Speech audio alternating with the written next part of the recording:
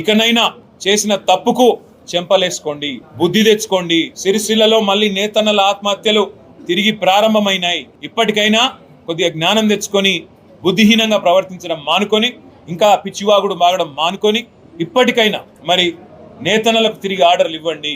ఇచ్చి బతుకమ్మ చీరకు మేము 3,000 కోట్ల ఆర్డర్లు ఇస్తే 5-6 ఏళ్లలో నీకు దమ్ముంటే 6,000 కోట్ల ఆర్డర్లు ఇ. ఇంకా మంచి చీరలు తయారు చేయించు, లేదా కాటన్ పరిశ్రమకు ఊతమిచ్చే విధంగా వ్యవహరించు. అంతేగాని మూర్ఖుడిలాగా ఇవాళ ప్రజల ఉసురు తీసుకునే విధంగా, నేతన్నల ఉసురు తాకే విధంగా ఈ దిక్కుమాలిన రాజకీయాలు చేయవద్దని చెప్పి కూడా రేవంత్ రెడ్డి గారికి నేను విజ్ఞప్తి చేస్తా ఉన్నా. నేను కాంగ్రెస్ ప్రభుత్వాన్ని డిమాండ్ చేస్తా ఉన్నా, మీ వైఖరి ఏంది అసలు? నేత కార్మికులను ఆదుకుంటారా, లేకపోతే వాళ్ళు చస్తా ఉంటే చూస్తా ఊరుకుంటారా చెప్పాలని చెప్పి కూడా నేను డిమాండ్ చేస్తా ఉన్నా. నిన్న మేము ఊహించింది, ఆశించింది ఈ ప్రాంతంలో ప్రజలకు సాంత్వన చేకూర్చే మాటలు. నిన్న మొన్నటిదాకా తంగళ్ళపల్లి బ్రిడ్జ్ కింద నీళ్లు కనబడుతుండే మంచిగా, గోదావరి నీళ్లు.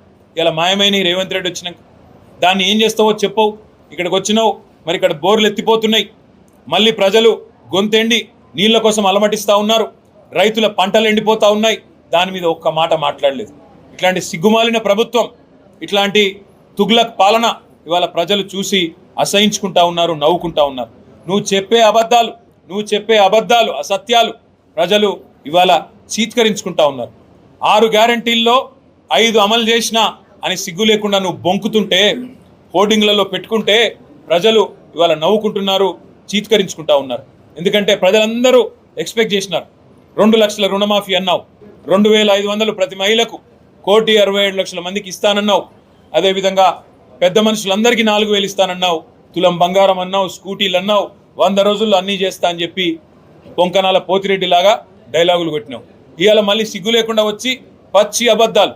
పెద్దలు చెప్తారు ఊసర వెళ్ళి రంగులు మారుస్తుందని, కానీ రేవంత్ రెడ్డి గారేమో తారీఖులు మారుస్తుండు. ఊసర వెళ్ళి రంగులు మార్చినట్టు రేవంత్ రెడ్డి గారేమో తారీఖులు మారుస్తుండు. December 9 నాడు రుణమాఫీ అన్నాడు, మళ్ళీ ఇలా 15 ఆగస్టు అంటున్నాడు. మళ్ళీ ఇలా దేవుళ్ళ మీద ఒట్లేస్తా ఉన్నాడు. నేను రేవంత్ రెడ్డి గారిని అడుగుతా ఉన్నా, నిజంగా నీ పార్టీకి చిత్తశుద్ధి ఉంటే, నీ పార్టీకి నిజాయితీ ఉంటే మొన్న ఇచ్చిన వాగ్దానాలకే దిక్కులేదు, కాంగ్రెస్ 6 గ్యారంటీలకే దిక్కులేదు, మళ్ళీ ఇప్పుడు కొత్తగా ఇంకో 5 గ్యారంటీలు అని చెప్పి పార్లమెంట్ ఎన్నికల కోసం ఆడుతున్న మోసం డ్రామా ఏదైతే ఉన్నదో ఇది ప్రజలు గ్రహించిండ్రు. నీ పార్టీకి బుద్ధి చెప్తారు. నువ్వు ఇప్పటికైనా నిజాయితీగా చెప్పు. జిల్లాలు ఎన్నుంచుతావు? బతుకమ్మ చీరలు ఆర్డర్లు ఇస్తావా, ఇయ్యవా? గోదావరి నీళ్లు మళ్ళీ ఈ ప్రాంతానికి ఎట్లా తీసుకొస్తావు? కాళేశ్వరంలో ఉన్న మేడిగడ్డ చిన్న రిపేర్ బరాజులో ఎప్పుడు చేస్తావు, ఎప్పటి లోపల పూర్తి చేస్తావు? రైతులు అడుగుతున్నారు, నేతన్నలు అడుగుతున్నారు, జిల్లా కోసం పోరాడిన ప్రజలు అడుగుతున్నారు. వీటికి నిజాయితీగా సమాధానం చెప్పు.